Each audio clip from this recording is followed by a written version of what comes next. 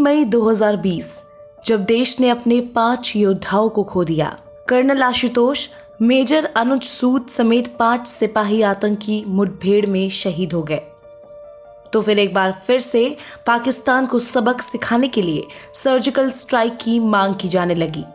सेना शांत थी, लेकिन अंदर ही अंदर जल रही थी बदले की चिंगारी। और फिर मौका मिला और इस बार सेना ने जोरदार अटैक किया। कश्मीर घाटी में लंबे समय से दहशतगर्दी को अंजाम देने वाले हिजबुल मुजाहिदीन का टॉप कमांडर रियाज नाइकू का दी एंड हो चुका है। 35 साल का रियाज तब मारा गया जब वो अपनी बीमार मां को देखने अपने गांव पुलवामा के अवंतीपुरा में गया था। सुरक्षा बल, जिसने 2 साल से नाइकू को पकड़ने का प्लान बनाया था, अब कहीं जाकर मौका मिला। उधर इनपुट मिलते ही सेना ने अपना ऑपरेशन शुरू किया। कई घंटों के बाद खबर आई कि रियाज जिस घर में छिपा था वहां धमाका किया गया और उस धमाके में उसकी जान चली गई। लेकिन अब सवाल उठता है कि आखिर रियाज के मरने के बाद हिजबुल का क्या होगा। बुरहान वानी के सफाए के बाद रियाज नाइकू की मौत हिजबुल मुजाहिदीन के लिए सबसे बड़ा झटका है।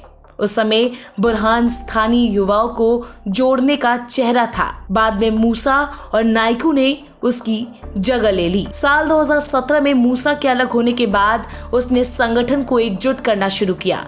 वो लोकल लेवल पर युवाओं को संगठन से जोड़ता था, साथ ही दूसरे अलगाववादी संगठनों से कांटेक्ट बनाता था।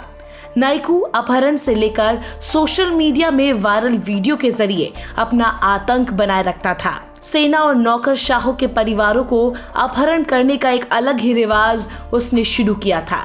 2016 में बुरहान के सफाई के बाद वो हिजबुल का लीडर बन गया था और पिछले 2 सालों से सेना के निशाने पर था।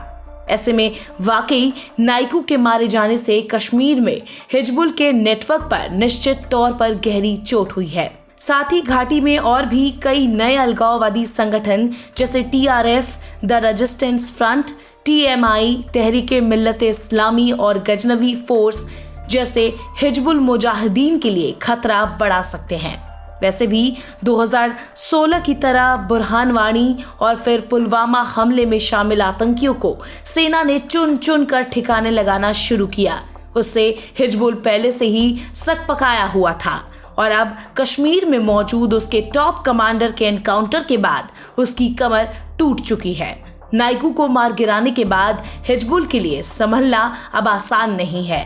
जमात इस्लामी और पाकिस्तान में बैठे उनके आका क्या रुख अपनाते हैं, काफी कुछ इसी पर निर्भर करेगा।